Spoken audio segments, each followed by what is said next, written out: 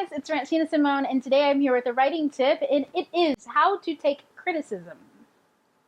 Now, I know this is probably one of the hardest things to do as a writer, is to take criticism without taking it personally or without letting it affect our morale. So here are a few tips and tricks on how to take criticism, how to use it for the good, and how to just chuck this shit that's, just meant there to hurt you. So let's just jump into it. Number 1, define if the critic is objective versus subjective. So this is really important. You need to figure out if the person who's criticizing your work is criticizing it for subjective reasons or if they're being objective about it. If they're talking about how they hate your character because he's gruff, he doesn't talk a lot, he doesn't communicate well, he's a really standoffish, closed-off person, and that just really grinds their fucking gears, well, your character's not for that person, so okay, sorry.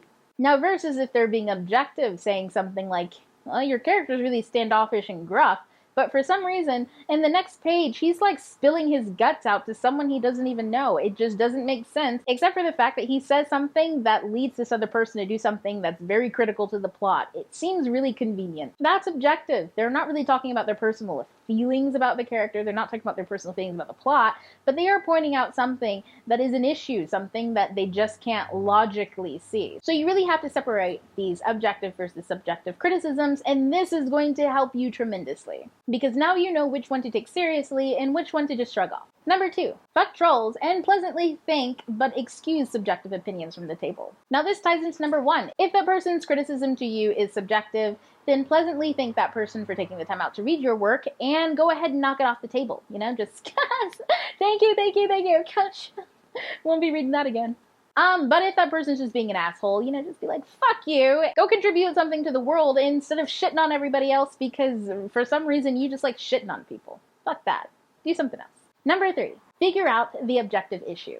Now, if someone's opinion or criticism to you was objective about your work, then figure out what is the issue. What is the underlying issue? This is going to help you with your work. And this is how you take criticism and actually turn it into something constructive and something good. So either have a follow-up conversation with that person if you can, or go ahead and jump into some individual reflection. Think about it.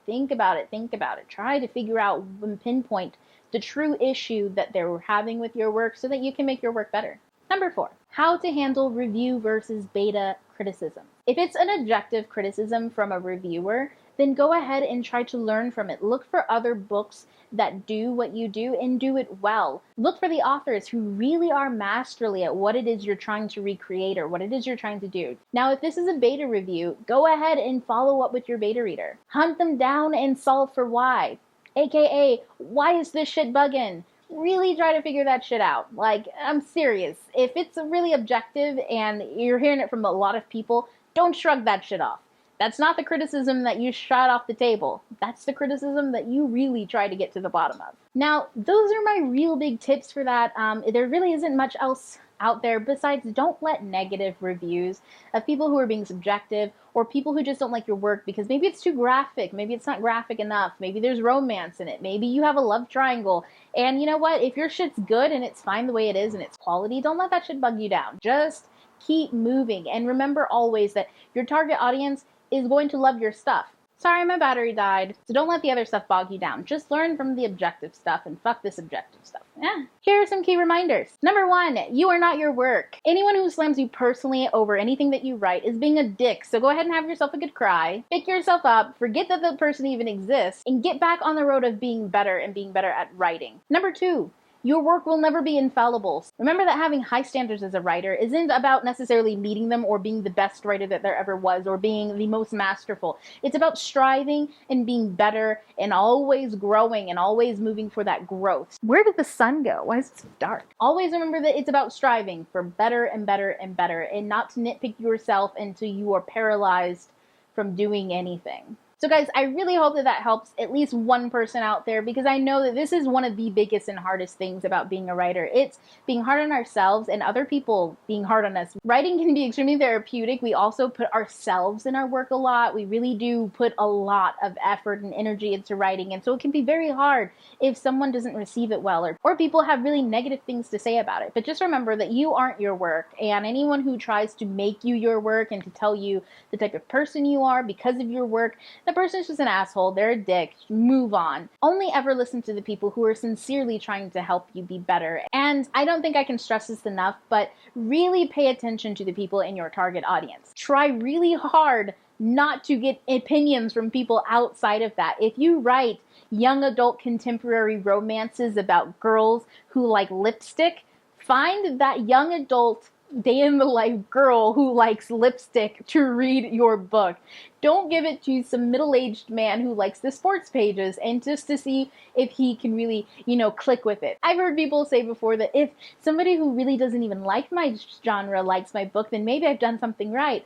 No, you want people who love the kind of stuff that you write to read your stuff, because they're the ones who are going to consume it.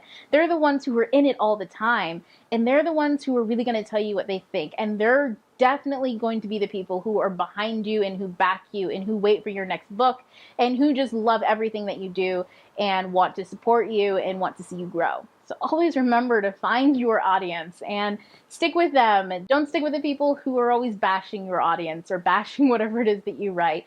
In fact, you should probably just cut them loose from your writing life. Maybe you like them subjectively as people, but just don't include them in on your career as a writer, because that can be really detrimental. So that's it. I'm going to stop talking now because I always talk way too much and these videos go on for forever. So guys, have a great day. I love all your faces. I don't even see all your faces. I love all your words when you comment and your likes and the fact that you even just watch me and pay attention to what I have to say. Have a wonderful day, guys. DTIL, stop for now. Bye.